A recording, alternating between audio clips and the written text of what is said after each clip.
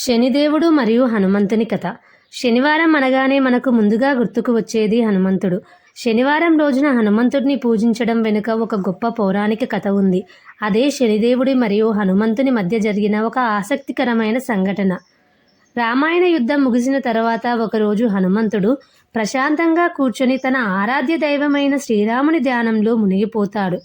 సరిగ్గా అదే సమయానికి నవగ్రహాలలో అత్యంత శక్తివంతమైన శనిదేవుడు అక్కడికి వస్తాడు.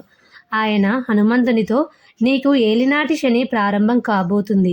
నా విధి ప్రకారం నేను నీ శరీరంలో ప్రవేశించాలి అని అంటాడు. అందుకు హనుమంతుడు ఎంతో శాంతంగా, నేను నా ప్రభువైన శ్రీరాముని ధ్యానంలో ఉన్నాను, దయచేసి నా ధ్యానానికి భంగం కలిగించవద్దు, నన్ను వదిలేయండి అని అడుగుతాడు. కానీ శనిదేవుడు వినడు. తన విధిని ఎవరూ ఆపలేరని, సృష్టిలో ఎవరైనా తన ప్రభావానికి తల వంచాల్సిందేనని గర్వంగా చెబుతాడు. అప్పుడు హనుమంతుడు చిరునవ్వుతో, సరే, నా చేతుల్లో గుండెల్లో ఎప్పుడూ శ్రీరాముడు కొలువై ఉంటాడు, కాబట్టి నువ్వు నా తలపై కూర్చోవచ్చు అని చెబుతాడు. శనిదేవుడు ఎంతో గర్వంగా హనుమంతుని తలపైకి ఎక్కి కూర్చుంటాడు. వెంటనే హనుమంతుడు తన దైనందిన పనులలో భాగంగా భారీ పర్వతాలను, పెద్ద పెద్ద బండరాలను తన తలపై పెట్టుకుని మోసుకు వెళ్ళడం మొదలు పెడతాడు.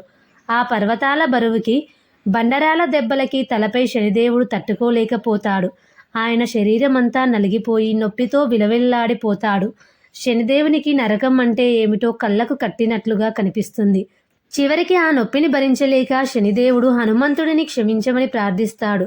నన్ను వదిలేయి మహావీర, నీ శక్తి నాకు అర్థమైంది, నీ ధ్యానానికి నేను ఎప్పటికీ అడ్డురాను అని వేడుకుంటాడు. అప్పుడు హనుమంతుడు శనిదేవుడిని కిందికి దించుతాడు. అప్పుడు శనిదేవుడు హనుమంతుడికి ఒక వరం ఇస్తాడు.